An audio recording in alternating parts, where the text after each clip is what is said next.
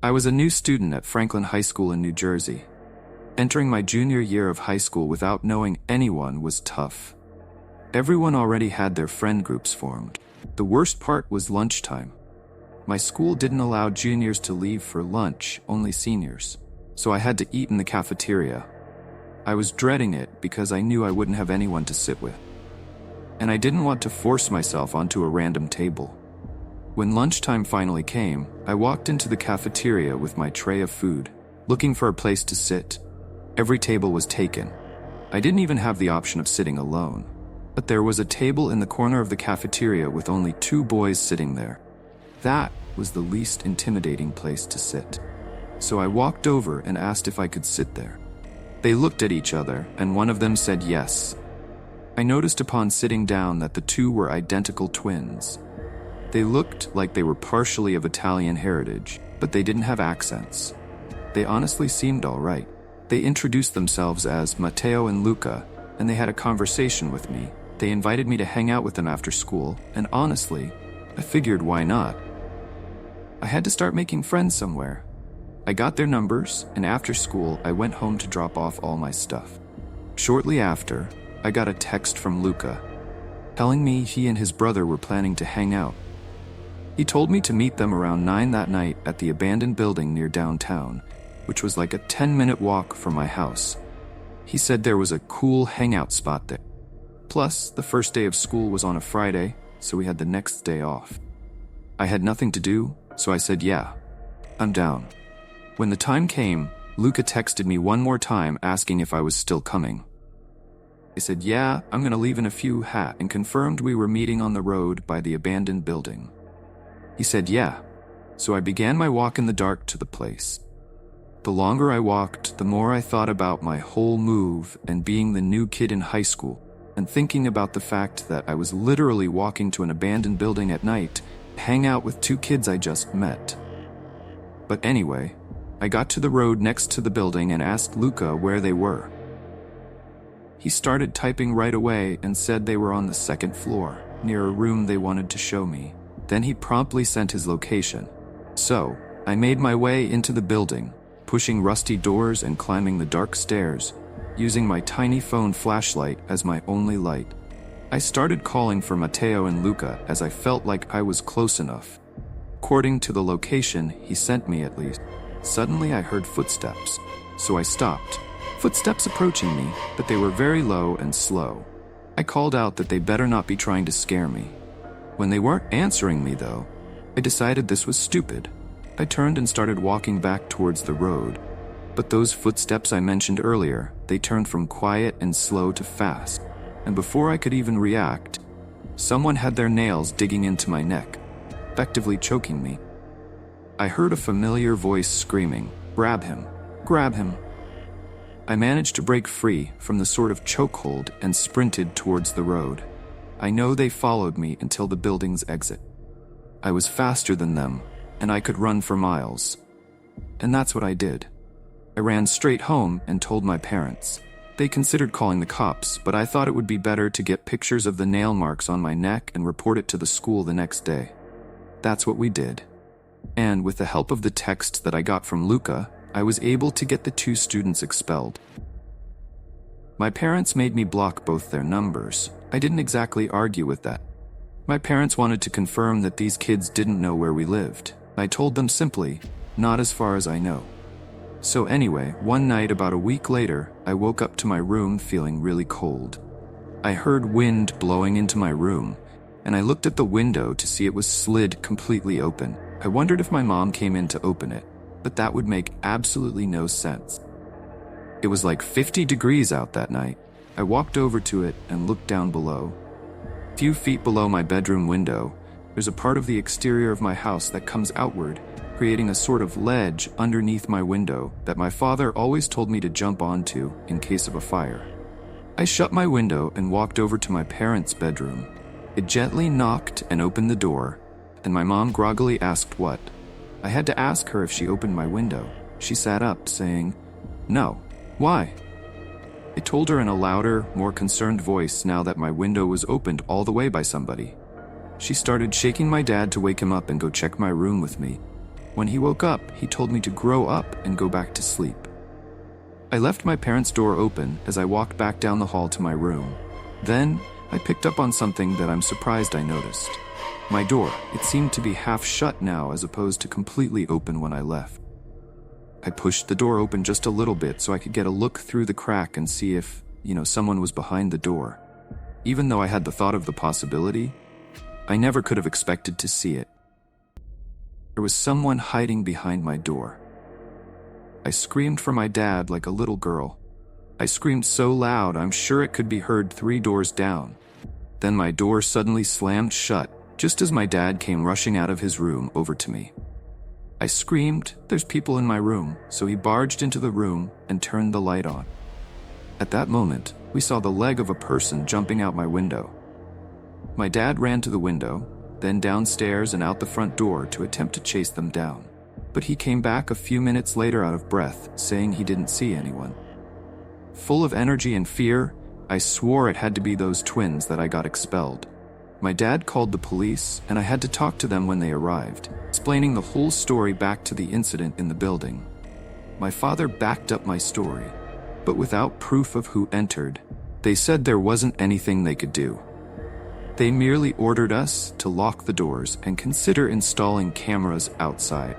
As positive as I am that it was either one of or both of those twins in my room, after getting through a solid couple months of sleeping in fear, nothing of this nature ever happened again. Looking back now, I don't know why I was so willing to meet these kids in the abandoned building at night. I should have realized in the cafeteria that day that they looked like trouble, and I should have stayed away. However, one night, while I was in my room, I started hearing whispers. At first, I thought they were just sounds coming from outside, maybe the wind, but the whispers began to get louder and clearer. They seemed to be coming from inside my own house. I got out of bed and went to investigate, following the sounds to the hallway. As I got closer to the hallway, the whispers turned into indistinguishable murmurs. I felt a chill run down my spine. When I reached the end of the hallway, I realized the sound was coming from the guest room, a room that was rarely used. I opened the door slowly, a hallway light partially illuminating the dark room. To my surprise, the sound stopped as soon as the door opened. I stepped into the room and turned on the light, but there was nothing there, just dusty furniture and old boxes. The feeling of being watched was undeniable. I went back to my room trying to ignore what had happened, but over the next few nights, the whispers continued. Each time I heard them, I felt an increasing fear, as if something was getting closer and closer. Finally, I decided to tell my parents about the whispers. They seemed concerned, but tried to reassure me by saying it must be my imagination, a result of the stress from the recent events. However, they agreed to leave their bedroom door open so I would feel safer. That night, the whispers began again, but this time, they were followed by a scratching sound, like nails scraping on wood. I was paralyzed with fear, hearing the sounds getting closer to my room. I screamed for my parents, but the sounds continued. My dad ran to my room, and the sounds abruptly stopped. He searched the entire house, but found nothing. We decided to install security cameras inside and outside the house, hoping to capture any evidence of what was happening. In the following days, the whispers decreased, but the feeling of being watched never completely disappeared. Finally, one of the cameras captured something strange. A shadow passing through the hallway in the middle of the night, followed by the sound of whispers and scratching. When we analyzed the recording, we saw the shadow approaching my room and then suddenly disappearing. It was enough proof to call the police again, who this time took our report more seriously. We still don't know exactly what caused the whispers and scratching, but after the cameras were installed, the sound stopped completely. Even so, the memory of those events continues to haunt me, and the feeling that something was watching and trying to enter our home remains. I should have realized in the cafeteria that day that Matteo and Luca were trouble and should have stayed away from them from the start. One night, my friends and I came up with a genius plan. We decided to sneak into the old abandoned factory on the outskirts of town through one of the broken windows that was never fixed. The thing about this window was that it was near a secluded alleyway leading to the back of the factory. Not that it would effectively stop anyone, but it added that extra barrier that made you feel like you were really doing something devious when you crossed over it. We made sure there weren't any security guards around and hopped the fence. Crawling through the window proved difficult, considering we had to boost ourselves up and then squeeze through an incredibly narrow opening. But once we were inside, we were inside. We kind of dispersed from each other to explore different areas. One thing was for sure, the basement of the factory was a mess and anything but interesting. There was little light. A small white light was on in a far corner, and the exit sign light produced lighter than you'd think. I was looking around when I saw one of my friends in front of me. He whispered, "Let's go upstairs." So I followed him up the stairs, and he opened the door to the main hallway of the factory. Everything was dark. I always thought there were at least some lights left on in the factory at night, but no, not a single light was on. And all that really stood out as far as the eye could see were the various exit signs glowing red. I followed my friend down the hall and remembered saying, "Dude, this is creepy." And he replied, "Shh." But I realized he was right. Who knew if somebody else could be in the building besides my friends and me? Little did I know just yet. Every step I took echoed down the dark hallway, and my heart beat faster with every second. Walls were covered in old graffiti, some of it so faded it could barely be read. Windows were coated with dust and cobwebs, and the atmosphere was suffocating. I felt like at any moment, something would jump out of the shadows and grab me. I followed my friend to the bathroom, and he went into one of the stalls. I whispered, "Hurry up." I waited for a while. Then my phone started to ring. I picked up, and it was one of my friends, Chris. He asked, "Where the hell did you go?" I said, "I'm upstairs with either Jason or Mike." He said, "What do you mean? They're with me?" And right after, both Jason and Mike said hi, apparently on speakerphone. I stuttered the word "I" and stopped, trying to think straight. Then there was a laugh coming from the stall. Not the laugh of any of my friends. I looked up the stall, and my heart nearly stopped. There was someone looking over it at me, probably standing on the toilet.